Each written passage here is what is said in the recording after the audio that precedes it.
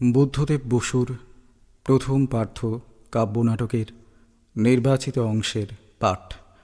অংশগ্রহণে মিতালি বিশ্বাস এবং অরুময় চক্রবর্তী।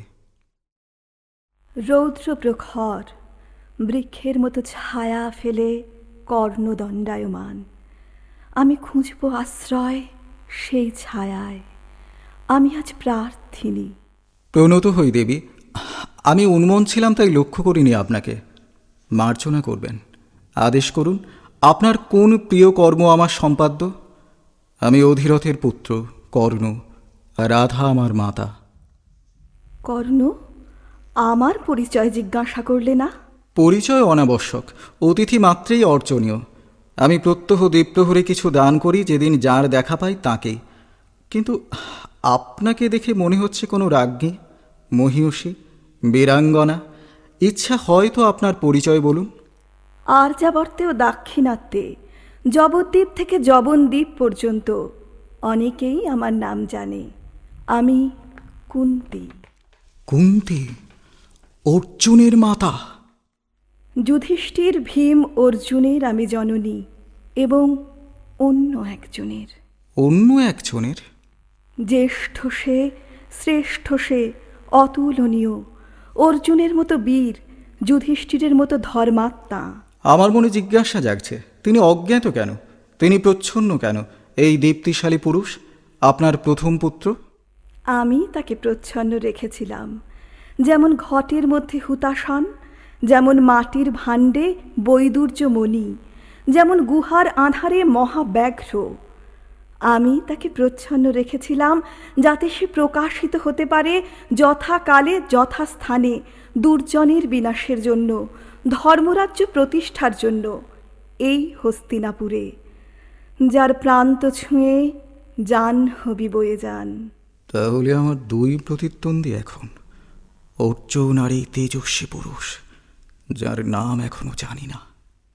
তোমার সঙ্গে অচিরেই তার দেখা হবে কর্ণ। দেখবে কেমন অবিকল সে প্রতিদ্বন্দ্বী তোমার। তোমারই মতো দীর্ঘাকায়, আয়তাক্ষ, তোমারই মতো শক্তিমান, হৃদয়বান, মহত্তম বন্ধু, শত্রুর পক্ষে অসহন। ভরত বংশের সেই প্রথম পার্থ, যার নাম কর্ণ, পুত্র আমার। আপনার পুত্র সম্বোধনে কৃতার্থ আমি দেবী। আমি অধিরথ পুত্র বৈকর্তন, রাধার সন্তান। না না না, আর অন্ধ থেকো না কর্ণ। চিনতে শেখো নিজেকে। আমার কাছে জেনে নাও তোমার আত্মপরিচয়। এই আমি, যার গর্ভ ছিল তোমার প্রথম মর্তলোক, যার ভুক্ত অন্ন প্রথম পথ্য ছিল তোমার, যার প্রাণ ও বায়ুতে তুমি প্রথম নিঃশ্বাস নিয়েছিলে। শোনো আজ তার মুখ থেকে, বিদ্ধ করে নাও হৃদয়ে, তুমি কুন্তীপুত্র, তুমি সূর্যের সন্তান। নীরব কেন কর্ণ? ভাবছ একথা অবিশ্বাস্য, নাকি বিস্ময়ে রুদ্ধ তোমার কণ্ঠস্বর? কবে তা মনে পড়ে না, কার মুখ থেকে মনে পড়ে না। কোনো কল্পনার কম্পন হয়তো, কোনো দূরস্রোত প্রবাদ, কোনো গহন স্বপ্নে অতর্কিতে যা ভেসে ওঠে জন্মান্তরের স্মৃতির মতো অস্পষ্ট। আমি শুনেছিলাম, ভুলেছিলাম, ভেবেছিলাম, ভুলে যেতে যেতে ভুলতে পারিনি, মেনে নিতে নিতে মানতে পারিনি রাজকন্যা কুন্তী আমার জন্মদাত্রী, আমার পিতা সূর্যদেব। কিন্তু এ কি সত্য হতে পারে? তুমি জানতে, তুমি আগেই জানতে, তাহলে দূরে ছিলে কেন এতদিন? যদি স্বপ্নে তোমাকে ধরা দিয়েছিল সত্য, তাহলে স্বগৃহে কেন ফিরে আসনি? আমার স্বগৃহ তা কোথায়? কিন্তু কে নয় সূর্যের সন্তান এই জগতে? যা কিছু আছে সব প্রাণ, তৃণ, বৃক্ষ, জন্তু, মানুষ, যারা পরস্পরকে আহার করে বংশ পরম্পর বেঁচে থাকে, জন্ম জন্মান্তরে ঘূর্ণিত হয়। সূর্য তাদের সকলেরই পিতা, সকলেরই প্রতিপালক। পশুর মলজাত যে কীট, সেও তো সূর্যের সন্তান। হয়তো সেই অর্থেই আমি। একমাত্র মা জানেন তার সন্তানকে, একমাত্র মা জানেন তার সন্তানের পিতাকে। তাই মাতৃবাক্য অবশ্য মান্য, একথা মূর্খেও বোঝে। আর কর্ণ, তুমি বিদ্বান। না, আমি বিশ্বাস করি না। এ কি সম্ভব যে সূর্যের তেজপুঞ্জকে কখনো সহ্য করতে পেরেছিলেন কোনো মানবী, এমনকি দীপ্তিময়ী কুন্তী? কর্ণ, তাহলে সব শোনো। কুমারী আমি তখন, সদ্য যৌবনা, বালিকার মতো চঞ্চল, চিন্তাহীন। একবার দুর্বাসা অতিথি হলেন আমার পিতৃগৃহে। আমি তার সেবা করলাম। আমার যত্নে তুষ্ট হয়ে তিনি বর দিলেন আমাকে। শেখালেন একটি অতি গূঢ় আহ্বান মন্ত্র, যার উচ্চারণে আকৃষ্ট হবেন দেবতারা আমার কাছে, আমার পুত্রের জন্মের জন্য। দুর্বাসা আমাকে সতর্ক করে দিয়েছিলেন, কন্যাবস্থায় কখনো এই মন্ত্র বলো না, রাজবধূ হয়েও কখনো বলো না, পতি যদি আজ্ঞা না দেন। ঋষি তিনি, অগ্রিম জেনেছিলেন আমার ভবিষ্যৎ, তাই দিয়েছিলেন বর যাতে পাণ্ডুর বংশলোপ না ঘটে। কিন্তু আমি সদ্য তরুণী, প্রায় বালিকা। আমার কৌতূহল হলো জানতে সত্য কিনা মহর্ষির বর, আমি যোগ্য কিনা দেবতার দৃষ্টির। আমি ভক্ত ছিলাম দেবতাদের, ভালোবাসতাম তাদের কথা ভাবতে। সেই রাত্রে আমি ছিলাম স্নাতা, যৌবনে তখনও অনভ্যস্ত, কিন্তু দেহে মনে উৎসুক, কোনো এক অসাধিত মধুর জন্য অপেক্ষমান। আমি জপ করলাম সেই মন্ত্র সূর্যদেবের উদ্দেশ্যে। রাত কেটে গেল অস্থির, আধো ঘুমে আধো জাগরণে, যেন মোহমুগ্ধ। কখনো ঘরের মধ্যে ঝড় বয়ে যায়, কখনো চমক দেয় বিদ্যুৎ, বিরাট শব্দে বজ্র ডেকে ওঠে। কখনো ভেসে আসে তীক্ষ্ণ কোনো সুগন্ধ, কখনো শুনি মর্মভেদী রাগিনী। আর তারপর যখন দিনের উন্মেষে শিউরে উঠছে আকাশ, তখন আদিত্য, পুষণ, দিনমণি, তরুণ সম্রাটের মতো সূর্যদেব প্রেরণ করলেন আমার অন্তঃস্থলে তাঁর দৃষ্টি, একটি কোমলতম রশ্মিরেখা। অন্তত আমার তাই মনে হলো। নামল গভীর নিদ্রা আমার চেতনায়। জেগে উঠে বুঝলাম আমি অন্তঃসত্ত্বা, আমার সেই পুত্র তুমি। মা, আমার মা, আমার ঘুমের মধ্যে লুকোনো এক স্বপ্ন, আমার স্বপ্নের মধ্যে গোপন এক সঞ্চার আজ মূর্ত আমার চোখের সামনে। আর একবার মা বলে ডাক আমাকে। আগে কখনো শুনিনি তোর মুখে, এখন অবিরাম শুনতে চাই। মাতা আর পুত্র, কুন্তী আর কর্ণ, কর্ণ আর কুন্তী, পুত্র আর মাতা। দাঁড়াও, দেখি তোমাকে, তোমার মুখশ্রী এঁকে রাখি আমার স্মরণে, যাতে কখনো দর্পণে তাকিয়ে বলতে পারি, এই চক্ষু কুন্তীর, এই ওষ্ঠ কুন্তীর, এই দেহকে রচনা করেছিলেন কুন্তী তিলে তিলে অন্ধকারে। কি আশ্চর্য ভ্রূণের সঙ্গে গর্ভধারিণী সম্বন্ধ! এক দেহে দুই প্রাণ, দুই দেহে এক অনুভূতি, যেন জগতের মধ্যে অন্য এক জগৎ, দুর্গের চেয়েও নির্বিঘ্ন, স্বর্গের চেয়েও তৃপ্তিকর।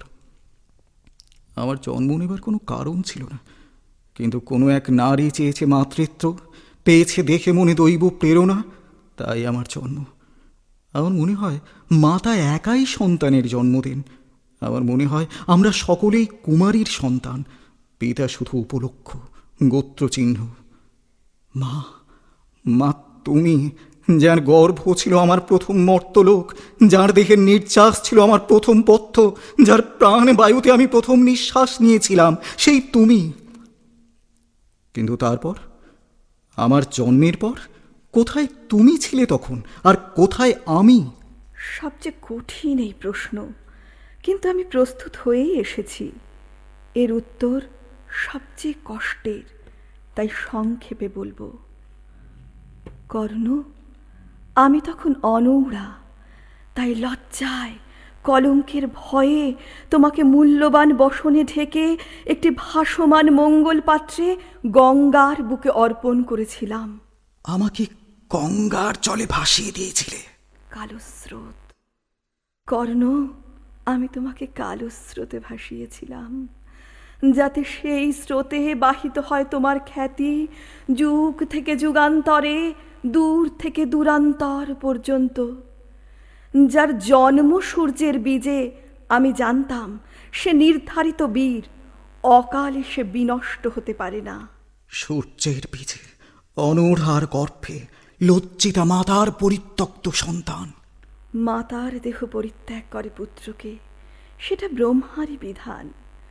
কিন্তু মাতার হৃদয়ের মধ্যে অভ্যর্থনা ধ্বনিত হয় নিরন্তর, নিঃশব্দে। সেই নিঃশব্দতা কেন খুঁচিয়ে দিলে পাণ্ডুপত্নী? কেন রাখলে না চিরকাল অন্তরাল? তুমি লজ্জা পেলে না? নতুন করে লজ্জা পেলে না আজ আমার সামনে এসে দাঁড়াতে, আমাকে পুত্র বলে ডাকতে? কর্ণ, আরো বলো, আমাকে আঘাত করো, ধিক্কার দাও। শুনতে শুনতে নির্বাপিত হোক আমার মনস্তাপ, আমার চোখ ফেটে নেমে আসুক কান্না, আমার চোখের জলে হোক তোমার অভিষেক। কর্ণ, আমার কাছে আয়, আমাকে তোর স্পর্শ দে। অর্জুন মাতা পৃথা, আপনি আমার শ্রদ্ধার পাত্রী। যদি দুর্বাক্য বলে থাকি, মার্জনা করবেন। প্রত্যাখ্যান? আমি অপরাধিনী তাই? অপরাধের কি ক্ষমা নেই? পাপের কি প্রায়শ্চিত্ত নেই? নেই মিনতির কোনো উত্তর, বেদনায় কোনো শুদ্ধি? আর তারা কি তবে ভ্রান্ত, যারা বলে কেউ নেই কর্ণের মতো মহাপ্রাণ? বেদনা, মনুষ্তাপ, প্রায়শ্চিত্ত সব অর্থহীন এখন। কালো স্রোত আমাকে অনেক দূরে টেনে এনেছে। তুমি আছো তীরে, আমি এখনো ভাসমান। হাত বাড়ালেও স্পর্শ পাব না। ভুল কর্ণ, ভুল। আমি এসেছি দূতি হয়ে আজ, অতীত থেকে বর্তমানে, তমিশ্রা থেকে উজ্জ্বলতায়। জ্যেষ্ঠ পাণ্ডব, তুমি ফিরে এসো, তোমার জন্মসূত্রে যুক্ত হও, গ্রহণ করো তোমার উত্তরাধিকার। বেরিয়ে এসো ছদ্মবেশ থেকে সত্যে। আজ ইন্দ্রপ্রস্থ তোমাকে চায় কর্ণ, হস্তিনাপুর তোমাকে চায়। এই সংকটকালে আমাদের রাষ্ট্র যখন টলমান, আর ভরত বংশের ভবিষ্যৎ সংশয়ময়, তুমি কি তখনও মুখ ফিরিয়ে থাকবে কর্ণ? দুর্যোধনের ক্ষুদ্র সামন্ত হয়ে শূন্য রাখবে সেই অধিপতির পদ যা তোমারই প্রাপ্য? তাহলে এই আপনার অভীষ্ট, পাণ্ডবের শ্রীবৃদ্ধি, অর্জুনের আয়ু। সেই জন্যই এই পরিত্যক্ত পুত্রকে আজ মাতৃস্নেহে অভিষিক্ত করলেন। আমি কিছু গোপন করব না, আমার গোপনীয় কোনো কথা নেই, কোনো দ্বিধা নেই বলতে দুর্যোধন দুরাত্মা, আর পাণ্ডবেরা সাধু ও উৎপীড়িত। কেননা সেটাই সত্য, আমি জানি, অনেকেই জানে। আমার বিশ্বাস পাণ্ডবের হিতের জন্য যে সচেষ্ট, তারই কাম্য এই রাষ্ট্রের উন্নতি, কুরুবংশের মঙ্গল। আমার মনে হয় যখন যুদ্ধের শঙ্খনাদ যে কোনো মুহূর্তে বেজে উঠতে পারে কেরল থেকে কাশ্মীর পর্যন্ত ভারতবর্ষে, তখন আমারও কিছু কর্তব্য আছে। আমি ব্যাসের পুত্রবধূ, কৃষ্ণের পিতৃশ্বশা। কিন্তু তোমার কাছে আমি কর্তব্যবোধে আসিনি কর্ণ, এসেছি রক্তের টানে, হৃদয়ের আজ্ঞায়। রক্তের টানে, হৃদয়ের আজ্ঞায়। তাহলে শুনুন আমার ক্ষুদ্র একটি কাহিনী। সেদিন রাজপুত্রদের অস্ত্রশিক্ষার প্রদর্শনীতে উপস্থিত ছিলেন নানা দেশের অমাত্য, হস্তিনাপুরের আবাল বৃদ্ধ বনিতা। আমি ছিলাম অন্যতম প্রতিযোগী। কৃপাচার্য আমার বংশ পরিচয় জিজ্ঞাসা করলেন। আমার উত্তর শুনে হেসে উঠলেন অভিজাত বর্গ। আমি বেরিয়ে এলাম লক্ষ্য চোখের তলা দিয়ে, বিনা পরীক্ষায় পরাস্ত, অবমানিত। আমি কুন্তির প্রথম সন্তান। হয়তো ভীষ্মতা ভুলে গেছেন যিনি আপনাদের পূজ্য, হয়তো দ্রোণতা ভুলে গেছেন যিনি কুরুপাণ্ডবের গুরু, কিন্তু আমি ভুলিনি। আমিও ভুলিনি সেই মুহূর্ত, যখন তুমি সিংহের মতো প্রবেশ করলে মণ্ডপে, আর চারিদিকে গুঞ্জন উঠল, কর্ণ, ইনি কর্ণ। আমি দেখছি তোমার দৃপ্ত সবল পদক্ষেপ, তোমার গরিয়ান মুখশ্রী। আমি ঈর্ষা করছি সুতপত্নী রাধাকে, যার যত্নে তুমি দীর্ঘাকার। আমি ধন্য মানছি নিজেকে, যেহেতু আমি তোমার উৎসমুখ। আমার দৃষ্টি হলো নন্দিত, আমার হৃদয় স্পন্দিত হলো। আর তারপর দেখি তুমি আর অর্জুন দাঁড়িয়েছ মুখোমুখি, অস্ত্র হাতে নিয়ে। দুই নবযুবক, দুজনেই কান্তিমান, শক্তিশালী। সূর্যদেবের রৌদ্র তোমার মুখে, অর্জুনের মুখে ইন্দ্রনীল ছায়া। অন্য নারীদের নয়নমোহন সেই দৃশ্য, আর আমার পক্ষে ভীষণ। ওরা কি অস্ত্রাঘাত করবে পরস্পরকে? আমাকে দেখতে হবে পুত্রের হাতে পুত্রের রক্তপাত। কেঁপে উঠল আমার সর্বাঙ্গ, আমার চক্ষু হলো বাষ্পাকুল। আমি আমি মূর্ছিত হয়ে পড়ে গেলাম। কিন্তু তবু আপনি নীরব ছিলেন রাজপত্নী। একমাত্র মা জানেন সন্তানের মাতাকে, একমাত্র মা জানেন সন্তানের পিতাকে, কিন্তু আপনি নীরব ছিলেন। তখনও সময় আসেনি কর্ণ। আমার দুই পুত্রে দ্বন্দ্বযুদ্ধ ব্যাহত হলো, সেটুকুই তখন ভাগ্য বলে মেনেছিলাম।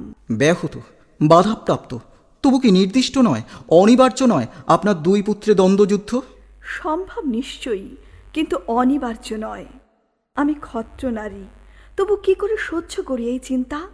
আমার দুই পুত্র আজ পরস্পরের শত্রু, অকারণে অজ্ঞতাবশত, দুই অভিশপ্ত দুর্ভাগার মতো। আমারই ত্রুটি, তার সংশোধন আমি চাই এখন। তুমি আমার সহায় হও কর্ণ। আমাকে ভাবতে দাও, বলতে দাও, বুঝতে দাও যে অর্জুন, ভীম, যুধিষ্ঠিরের মতোই কর্ণ তুমি আমার, তুমি আমার। ক্ষমা করবেন, আমি কারোরই নই, কাউকে আমি আমার বলে ভাবি না। আমি বিশুদ্ধভাবে আমি, তাছাড়া আর কিছু নয়। আমি শাস্ত্র মানি না, আমার ধর্মের নাম মনুষ্যত্ব। যদি পাণ্ডবেরা আমার ভ্রাতা হন, তবে কৌরবেরাও তাই। যদি মনু হন আদি পিতা, আমার ভাই তবে সর্বমানব। দুর্যোধন আতিথ্য দিয়েছেন আমাকে, আমার ঘোষিত হীনই জন্ম সত্ত্বেও আমারও আছে তাঁর প্রতি কর্তব্য, তিনি যেমনই হন। আর আমার জন্ম কথা যত না হোক বিস্ময়কর, রাধা আমার মাতা বলে স্বীকার্য, পিতা অধিরথ, জগতের কাছে, আমার নিজের কাছেও। দেবী, আপনার দর্শন পেয়ে আমি ধন্য। আপনি ফিরে যান। কর্ণ, আমি মানি তুমি বঞ্চিত ছিল এতদিন, যেমন আমিও ছিলাম পুত্রবতী হয়েও পুত্রহীনা। কিন্তু ক্ষতিপূরণ সম্ভব, পুনরুদ্ধার সম্ভব, বিচ্ছেদের পরে পুনর্মিলন মধুর। কর্ণ, ফিরে এসো, এসো তোমার মাতৃহৃদয়ের স্বরাজ্যে, এসো তোমার স্বাভাবিক সাম্রাজ্যে, সিংহাসনে, যেখানে তোমার পিছনে দাঁড়িয়েছে আমর তোলাবেন যুধিষ্ঠির, ভীমসেন সে তো ছত্র ধারণ করবেন, নিত্য তোমার অনুগামী হবেন অর্জুন, আর ষষ্ঠকালে আমার অনুমতি নিয়ে রত্নে মাল্যে ভূষিত হয়ে তোমার সঙ্গে মিলিত হবেন দ্রৌপদী। দ্রৌপদী, ওই নাম আমার পক্ষে যন্ত্রণা। যন্ত্রণা সেই স্মৃতি, যেদিন দ্রুপদ কন্যার স্বয়ম্বর সভা থেকে অনেক রাজা ও রাজপুত্রের বিদ্রুপে যেন বাণবিদ্ধ আমাকে বেরিয়ে আসতে হলো নত মুখে, নিঃশব্দে, বিনা বিচারে অবমানিত, বিনা পরীক্ষায় ব্যর্থকাম। এই আমি, যাকে আপনি আজ বলছেন আপনার প্রথম সন্তান। পুত্র, পুত্র, আমি বুঝি তোমার বেদনা। আমি জানি স্বয়ংবর সভায় ভ্রষ্ট হতো না তোমার বাণ। জানি তুমি দ্রৌপদীর যোগ্য ছিলে, হয়তো যোগ্যতম। তাই বলি, চলো আমার সঙ্গে, গ্রহণ করো তোমার কাঙ্ক্ষিতা নারীকে, পঞ্চপাণ্ডবের পত্নী পাঞ্চালী। ধর্ম তো তোমারও ভার্যা। ধর্ম তো, ধর্ম তো, আর শুনতে চাই না ধর্ম তো। আমি চেয়েছিলাম জয় করতে দ্রৌপদীকে নিজের জন্য একান্তভাবে, কিন্তু পারিনি। আমার শক্তির অভাবে নয়, আপনার ধর্ম সুপ্ত ছিল বলে। রাজ আমাকে ষষ্ঠাংশে তার পতি হতে বলছেন। না, আমার কাম্য নয় কোনো নারী, কোনো রাজত্ব যা বিনা চেষ্টায় জন্মসূত্রে প্রাপণীয়। আমার গ্রাহ্য নয় অনর্জিত কোনো উত্তরাধিকার। পাঞ্চালী সুখে থাকুন, আপনার মঙ্গল হোক, আপনি ফিরে যান। তুমি আমাকে উপেক্ষা করলে কর্ণ।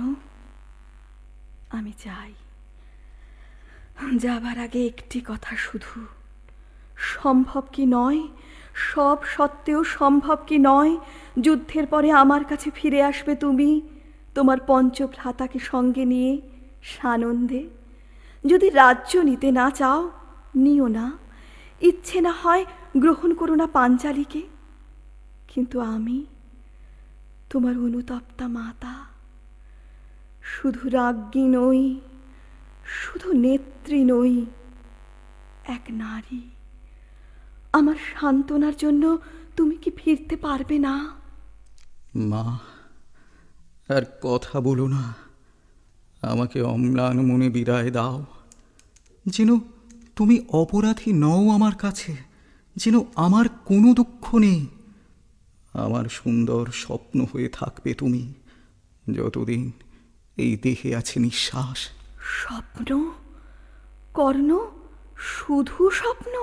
আর কয়েকটা দিন, কয়েক বৎসর, তারপর আমরা, কুন্তী, কর্ণ, অর্জুন, আমরা হয়ে যাব মেঘাচ্ছন্ন উষার মতো ধূসর এক স্বপ্ন। তন্দ্রার ঘোরে অর্ধস্রোত কোনো ধ্বনির মতো এক মর্মর, সেই সব অন্য লোকেদের মনের মধ্যে যারা এখনো জন্ম নেয়নি। মা, এসো, আমরা সেই স্বপ্নকে সম্পূর্ণ করি। তুমি তোমার সস্থানে পঞ্চপাণ্ডবের সঙ্গে, আর আমি আমার নির্জনতায়। জানি না, জানি না তোকে আবার দেখব কিনা, জানি না আমাদের ভবিতব্য কি।